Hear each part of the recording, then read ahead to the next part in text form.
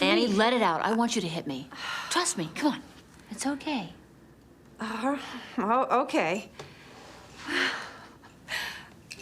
Oh, Rambo! Ooh, a real tough guy.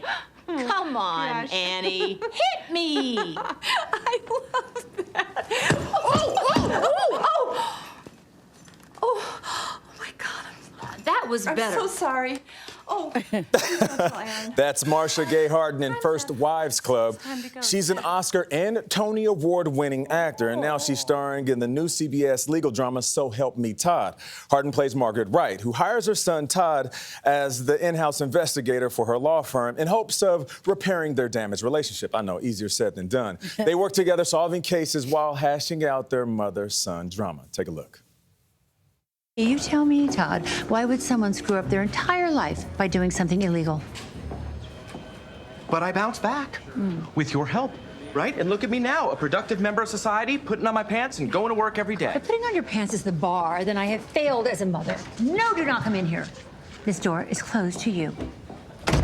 I need to go waste some more of my billable hours doing the job of a public defender. Well, thank you, greedy lady lawyer, for deigning to help my peasant friend with his expensive legal woes. I don't want to hear it. You know what? I'm gonna go over to that pawn shop and figure out who really did this. You are pouring your time and mine down the toilet. Maybe Brian has a look-alike or a car-alike. Or maybe the pawn shop owner robbed himself. Oh my God, you're right. Maybe he did. It could be insurance fraud. I know fraud. Yes, you do. Marcia Gay Harden joins us right now. How are you doing? I'm doing great. Good morning. Good morning. So this show, it blends comedy and drama very well. What drew you to it? That it's a legal show, so you get a case of the week, but that it is comic as well. I love physical comedy. I love being in comedy. It's like nothing else. And Skylar and I have this really bantering relationship, and they wrote this fantastic mother-son banter. Of course. So I was like, that's kind of what I want to do for the next couple of years. Am I saying that? I'm saying that. Yeah, of Yes, course. yes. So you have great chemistry. The writing is strong, but with that dynamic being so central to the show, do you guys improvise? Does he throw lines in? Do you throw lines in? He's a master at throwing lines in, and I throw physical things in. He's really good at like little comments at the end, and then and they make it better. It's like little buttons, and then I'll say, "What about if my character like falls off her chair on this moment?" And I'm like, yeah, okay, try it. But what does it mean to you? I think it's so nice that Skylar has said publicly that he and his real mom sort of freak out that you're playing the on-camera mom. Listen, you're an Oscar winner, you're a Tony winner, so they go, it's Marcia Gay Harden. You're a legend in this business. Yeah, you're a legend in the business. I do a little diva turn. I go like, You do? "Oh, really? Keep You're talking. enjoying it with me, darling?" My voice goes down. You know, like, "Skylar, come to set, please." I love that. The production company behind the show is Dr. Phil's production company. Yes. So I don't know a lot about TV, but I know if you run the production company, you can do whatever you want. You can Yes. show up or not. Yes. He shows up. First of all, He comes? He comes. He has come to set before, and he did this whole analysis of the mother-son relationship. And he's like, "Well, I'd say that's dysfunctional. You know, your mother's a little controlling, isn't she?" And we're just like, we're literally getting therapy on set. Yeah. And he's done like a funny little spoof of it as well, where he interviewed both of us in character. But he's analyzing us all the time, which I think is exciting kind of for this. Like, who doesn't have mother-son, mother-child issues? Like, they're so normal.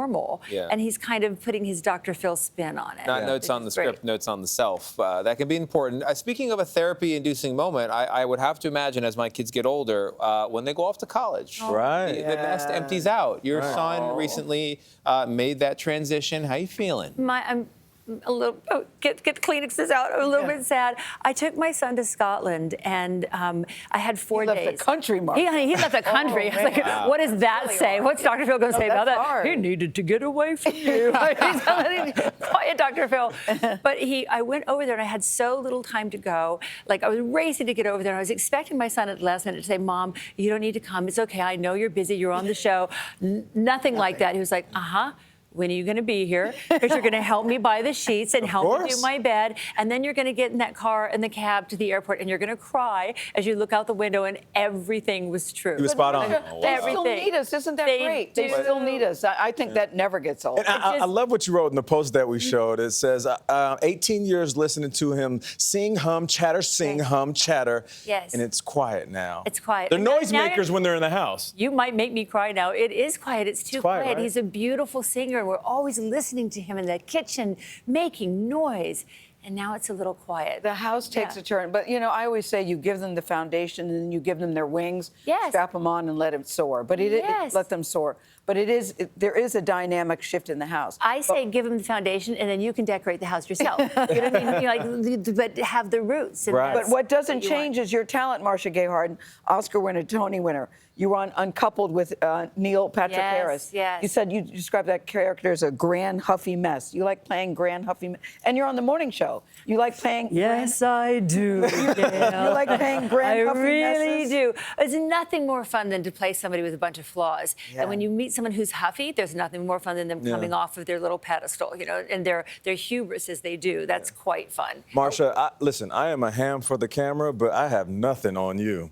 Oh, you have an outfit on me, is what you have. You I knew you are were coming. I had to dapper. dress You are up. beautiful. I got to ask you about this Clint Eastwood story. That, as I understand it, when you first met him, you were such a big fan that you bit a hole in your tongue. This is a true story. Really? This is a true story. I fangirled so hard over him when I met him because I grew up watching Rawhide, and I fell in love with him when I was young. Marcia, And how old were you at the time? 17? No. You met him that you bit a hole in your tongue? No, I was You were a a grown-up? grown woman, Gayle, and my voice went to something screechy, and I was saying things I didn't. I lurched at him. I kissed him. I was like, "Ah!" And then I bit a hole in my tongue, and I had to go outside of the trailer to say, "Excuse me, Mr. Eastwood, I bit a hole in my tongue. I just did ice, and I can do my job perfectly." And I had to put ice on my tongue to do my job. That's I'll bet he remembers you. Mortifying. Oh, Marcia Gay Harden, thank you so much. We Congrats. appreciate you. Thank you. You can watch So Help Me Todd Thursdays at 9, 8 Central on CBS and on Paramount Plus.